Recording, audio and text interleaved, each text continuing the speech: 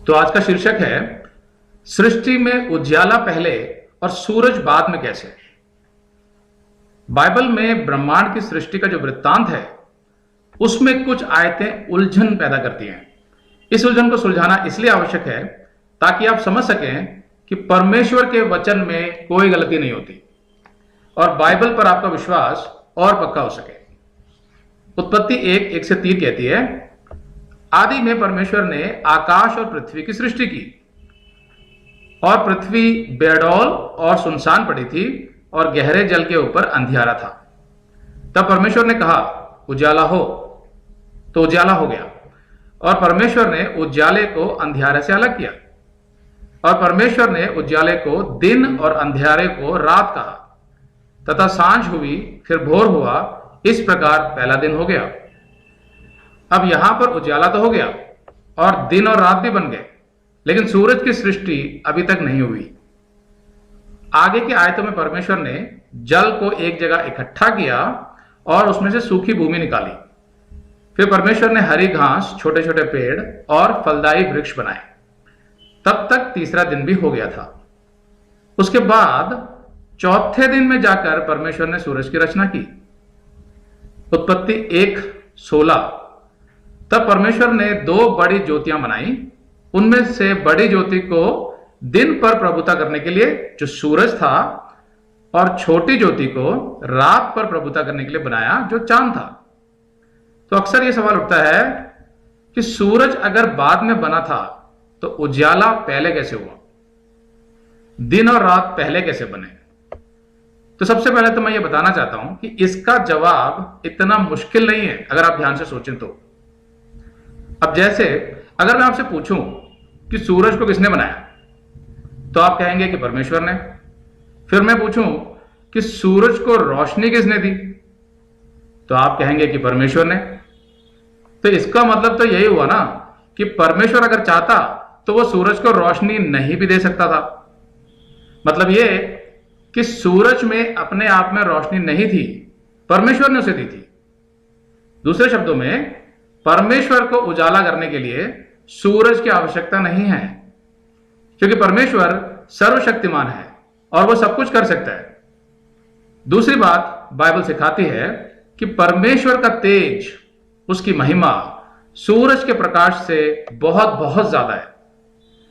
पुराने नियम में यहेजकेल भविष्यद्वक्ता को जब परमेश्वर ने भविष्य के यरूशलेम के मंदिर का दर्शन दिया था, जो यीशु के 1000 साल के राज में होगा, यानी मिलेनियल किंगडम में जब वो आएगा, तो उस मंदिर का जो दर्शन दिया था, तो यहेजकेल ने परमेश्वर का तेज देखा। यहेजकेल 43:2 में, तब इजराइल के परमेश्वर का तेज पूर्व दिशा से आया और उसकी वाणी बहुत से जल की घरघराहट सी थी और उसके तेज से पृथ्वी प्रकाशित हुई। पूरी पृथ्वी परमेश्वर के तेज से प्रकाशित हो गई। यही बात प्रकाशित वाक्य में भी लिखी है कि नया यरूशलेम नगर जो स्वर्ग से उतरेगा, उसमें परमेश्वर की महिमा से उजाला होगा। प्रकाशित वाक्य 21:23 में, और उस नगर में सूर्य और चांद के उजाले का प्रयोजन नहीं, मतलब सूर्य और चांद की आवश्यकता नहीं, क्योंकि परमेश्वर के तेज से उसमें उजाला हो रहा है और मेमना उसका दीपक है। प्रकाशित वाक्य 22:5 कहता है, और फिर रात ना होगी और उन्हें दीपक और सूर्य के उजाले का प्रयोजन ना होगा, मतलब रात भी नहीं होगी वहां पे और सूरज की और दीपक की कोई जरूरत नहीं होगी, क्योंकि अंधेरा नहीं होगा, क्योंकि प्रभु परमेश्वर उन्हें उजाला देगा। तो बाइबल यहां स्पष्ट रूप से सिखाती है कि उजाला परमेश्वर से आता है। सूरज तो सिर्फ एक माध्यम बनाया है परमेश्वर ने पृथ्वी को प्रकाशित करने के लिए। दूसरे शब्दों में, सूरज पूरी तरह परमेश्वर के नियंत्रण में है। यीशु के दूसरे आगमन के बारे में मत्ती 24:29 में लिखा है, उन दिनों के क्लेश के बाद तुरंत सूर्य अंधियारा हो जाएगा और चांद का प्रकाश जाता रहेगा। 7 साल के भारी क्लेश के समय के बारे में प्रकाशित वाक्य में लिखा है, प्रकाशित वाक्य 6:12 में, एक बड़ा भूमि डोल होगा, यानी भूकंप होगा, और सूर्य कंबल की नाई काला और पूरा चंद्रमा लहू का सा हो जाएगा। आज कई धर्मों में सूर्य की पूजा की जाती है, उसे एक शक्ति मानकर। लेकिन बाइबल क्या सिखाती है? व्यवस्था विवरण 4:18 में, जब तुम आकाश की ओर आंखें उठाकर सूर्य, चंद्रमा और तारों को देखो, तब बहकर उन्हें दंडवत करके उनकी सेवा ना करना, क्योंकि सूर्य अपने आप में कोई शक्ति नहीं है, परमेश्वर उसे ऊर्जा देता है। सूर्य केवल एक सृष्टि है जिसका सृष्टिकर्ता स्वयं परमेश्वर है। हमें सृष्टिकर्ता की आराधना करनी चाहिए, ना कि सृष्टि की। तो परमेश्वर ने अपने सामर्थ्य से पृथ्वी पर पहले उजाला किया और दिन और रात बनाए। फिर आगे जाकर उसने सूरज को उजाले का स्रोत ठहराया मनुष्यों के लिए।